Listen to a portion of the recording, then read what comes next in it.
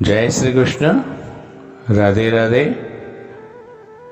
प्रिय आत्मीयजनों, श्री वल्लभ की प्रेरणा से प्रेरित होकर राधे सत्संग में आज हम बालक श्री कृष्ण का मुंडन संस्कार और गोचारण लीला कब कैसे प्रारंभ हुई उसके बारे में जानेंगे।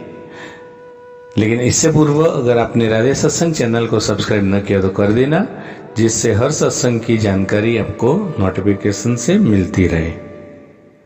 तो प्रियजनों, बालक श्री कृष्ण का मुंडन संस्कार के बारे में हम देखें तो प्राचीन काल में व्रज के लोगों का मुख्य व्यवसाय गोचारण ही था।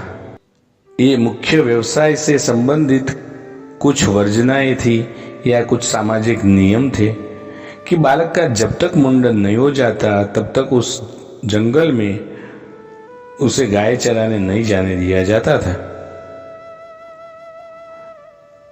अब ये सब जड़ों से दूर हो गए हैं, लेकिन पहले बालक को मुंडन के पहले ऐसी वैसी कोई जगह नहीं जाने दिया जाता था। तो इस तरह से बाल कृष्ण का भी ऐसा ही हाल था। खैर, ये बालक श्री कृष्ण रोज अपने परिवार के या पड़ोस के सभी पुरुषों को, थोड़े बड़े लड़कों को गाय चराने जाते देखते थे। उनका भी मन कर देता, पर मैया यशोदा उन्हें मना कर देती कि अभी तो लाला तो छोटा है, तो थोड़ा बड़ा हो जा, फिर मैं जाने दूंगी। एक दिन बलराम जी को गाय चराने जाते देख लिया तो लाला तो अड़ गए कि दाऊ जाते हैं तो मैं भी गाय चराने जाऊंगा। ये क्या बात हुई, वो बड़े और मैं छोटा। मैया ने समझाया कि दाऊ का मुंडन हो चुका है, इसलिए वो जा सकते हैं। लल्ला, तुम्हारा मुंडन हो जाएगा तो तुम भी जा सकोगे। लाला को चिंता हुई कि इतनी सुंदर लटे रखे या गाय चराने जाए। बहुत सोच विचार करने के बाद उन्होंने सोचा कि लटे तो फिर से भी उग जाएगी, पर गाय चराने का इतना आनंद अब मुझसे दूर नहीं रहना चाहिए, मुझसे वो सहा नहीं जाता। वे तुरंत नंद बाबा से बोले कि बाबा, कल ही मेरा मुंडन करवा दो, मुझे गाय चराने जाना है। नंद बाबा हंसकर बोले कि ऐसे कैसे करा दे मुंडन, हमारे लाला के मुंडन में तो बहुत बहुत बड़ा आयोजन करेंगे, तब लाला के केस जाएंगे। इस बात पर लाला ने अधीरता से कहा, आपको जो आयोजन करना हो करो, पर मुझे गाय चराने जाना है, आप जल्दी से जल्दी मेरा मुंडन करवा दो। अरे मुंडन तो करवाना ही था। अतः नंद बाबा ने गर्गाचार्य जी से लाला के मुंडन का शुभ मुहूर्त निकलवाने का आग्रह किया। निकट में ही अक्षय तृतीया का शुभ दिन था, इसलिए उस दिन मुंडन का आयोजन तय हुआ। आसपास के सभी गांव में न्योते दे दिए गए। हर्षोल्लास से बड़ी तैयारियां हो गई कि लाला का मुंडन हो रहा है।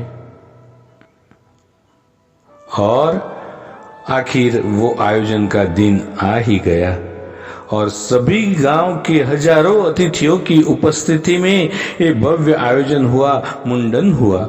मुंडन होते हुए ही लाला मैया से बोले, मैया मुझे कलेवा दो, मुझे गाय चराने जाना है। मैया थोड़ी नाराज तो होते हुई, लेकिन फिर बोली कि इतने मेहमान आए हैं घर पे तुम्हें देखने, और तुम हो कि इतनी गर्मी में गाय चराने जाना है। अरे थोड़े दिन रुको, गर्मी थोड़ी कम पड़ जाएगी, मैं तुम्हें दाऊ के साथ भेज दूंगी।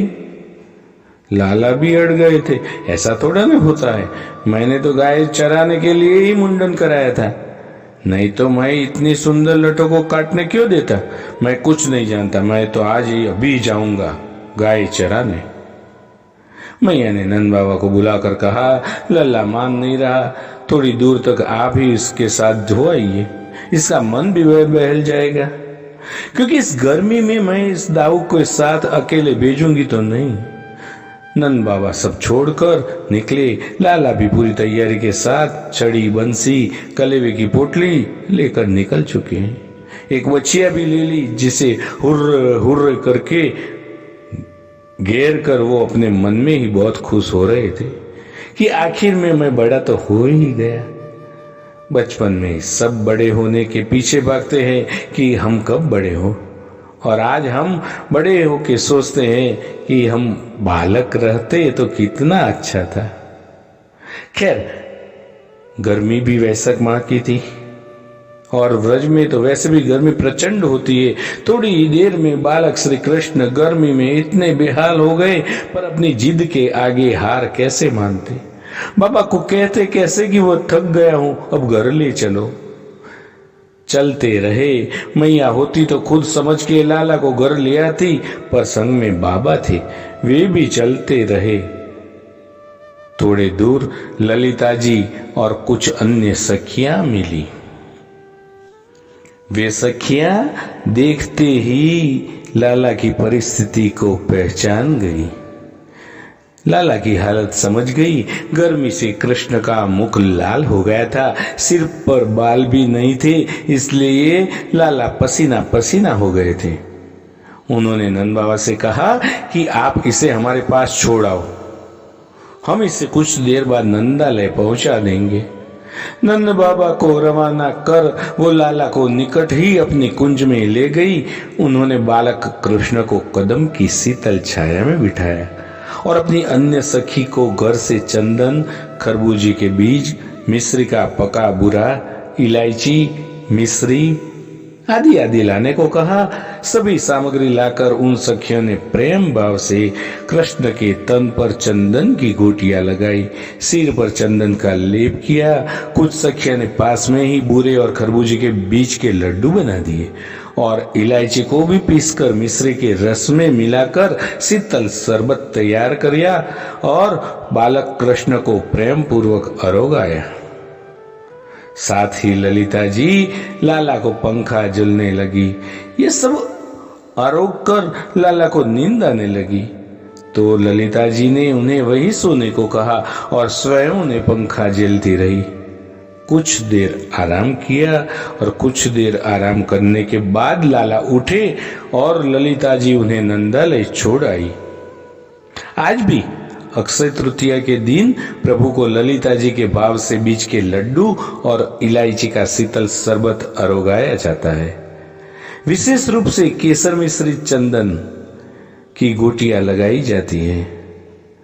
लाला ने गर्मी में गाय चराने का विचार त्याग दिया था। औपचारिक रूप से श्री कृष्ण ने गौचारण उसी वर्ष गोपाष्टमी के दिन, यानी कि दीपावली के बाद वाली जो अष्टमी आती है उसके दिन से प्रारंभ किया और इसी दिन से उन्हें गोपाल कहा जाता है।